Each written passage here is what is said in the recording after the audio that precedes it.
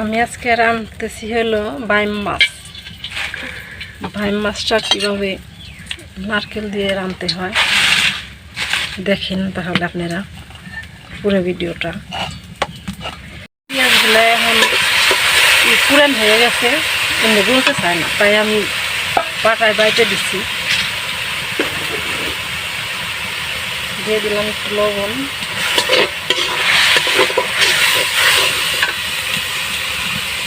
দিয়ে দিলাম হলুদের গুঁড়া,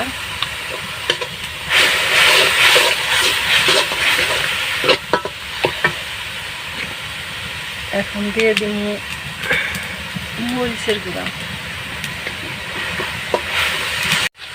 দিয়ে দিলাম কাঁচামরিচ,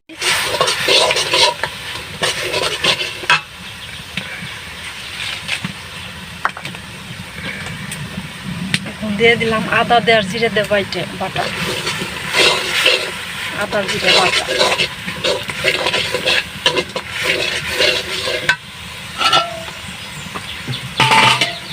দিলাম একটু পানি। পেঁয়াজটা এখন আমি 10 মিনিট নাড়াচাড়া করে সেদ্ধ করে নিয়ে তারপরে অন্য জিনিস দিয়ে দিব। এখন দিয়ে দিচ্ছি নারকেল কুড়ানো,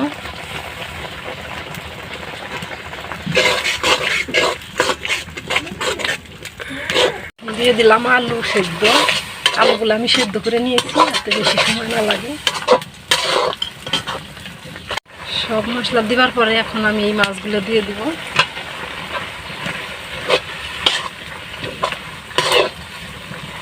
এভাবে মেলাক্ষণ ধরে কষাইতে হইবে, কষাইয়ে তারপরে দিয়ে দিব। কষানো হয়ে গেছে, এখন আমি পরিমাণ মতো পানি দিয়ে দিব।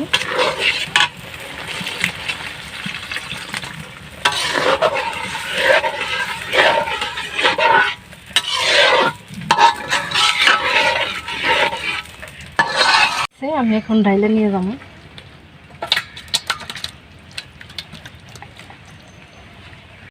তরকারিটা দেখে খুব ভালোই লাগতেছে, মনে হইতেছে যে খুব মজাই হয়েছে। দেখেন খাইয়ে কিরকম হয়েছে, আজকে নতুন রান্না।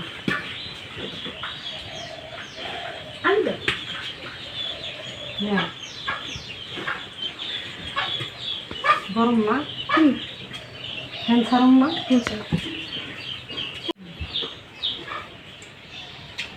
ও ভাবি, সেই মজা হয়েছে। ভাবির হাতের রান্না এমনি মজা, আজকে আরো বেশি মজা হয়েছে। মজা তো হওয়ারই কথা, যেভাবে রান্না করছি। বাইম মাছ তো এমনি মজার মাছ, তারপরে নারকেল দিছি। মা সত্যি অনেক মজা, তাই না? হ্যাঁ দেখো। হ্যাঁ খামো তো।